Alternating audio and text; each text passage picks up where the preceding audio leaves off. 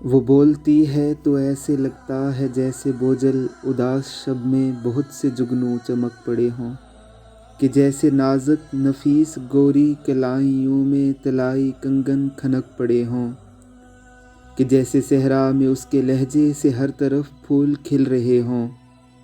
کہ جیسے دن رات ایک دوجے سے شام کے وقت مل رہے ہوں۔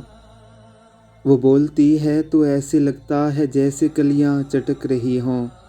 ہوا کے نازک گلابی پاؤں میں پائلیں سی چھنک رہی ہوں،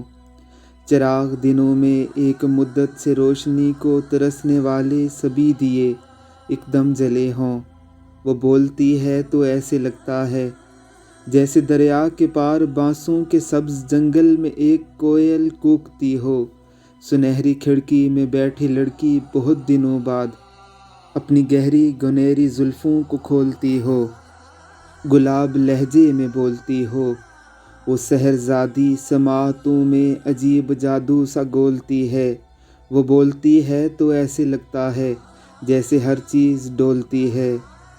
وہ بولتی ہے تو ایسے لگتا ہے جیسے لفظوں کو بولنے کا صحیح سلیقہ سا آ گیا ہو،